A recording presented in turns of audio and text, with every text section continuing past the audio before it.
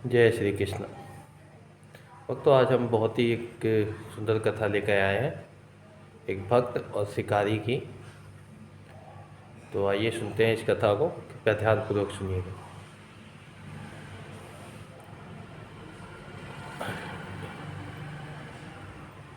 एक बार की बात है, एक संत जंगल में कुटिया बनाकर रहते थे और भगवान श्री कृष्ण का भजन करते थे।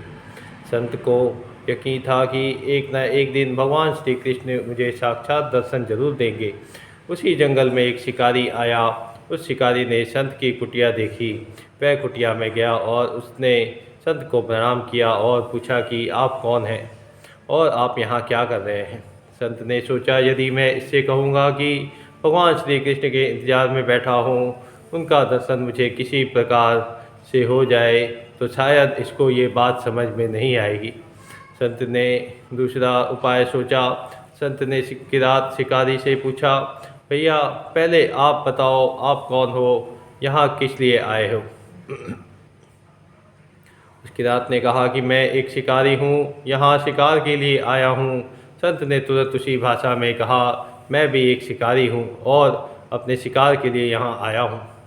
शिकारी ने पूछा, अच्छा संत जी, आप ये बताइए आपका शिकार दिखता कैसे है, आपके शिकार का नाम क्या है, हो सकता है कि मैं आपकी मदद कर दूँ। संत ने सोचा, इसे कैसे बताऊं। फिर भी संत कहते हैं, मेरे शिकार का नाम है, वो दिखने में बहुत ही सुंदर है, सांवला सलोना है, उसके सिर पर मोर मुकुट है, हाथों में बंसी है। ऐसा कहकर संत जी रोने लगे। किरात बोला, बाबा रोते क्यों हो, मैं आपके शिकार को जब तक ना पकड़ लूँ तब तक पानी भी नहीं पीऊँगा और आपके पास नहीं आऊँगा। अब वह शिकारी घने जंगल में अंदर गया और जाल बिछाकर एक पेड़ पर बैठ गया। यहाँ पर इंतजार करने लगा, भूखा प्यासा बैठा हुआ। एक दिन बीता, दूसरा दिन बीता और फिर तीसरा दिन बीता। भूखे प्यासे किरात को नींद भी आने लगी। बाके बिहारी जी को उन पर दया आ गई। भगवान उसके भाव पर रीझ गए। भगवान मंद मंद स्वर में बांसुरी बजाते आए और उस जाल में खुद फंस गए। जैसे ही किरात ने फंसे हुए शिकार का अनुभव हुआ तो तुरंत नींद से उठा और उस सांवरे भगवान को देखा। जैसा संत ने बताया था, उनका रूप बहूबहू वैसा ही था। वह अब जोर जोर से चिल्लाने लगा, मिल गया मिल गया मिल गया, शिकार मिल गया।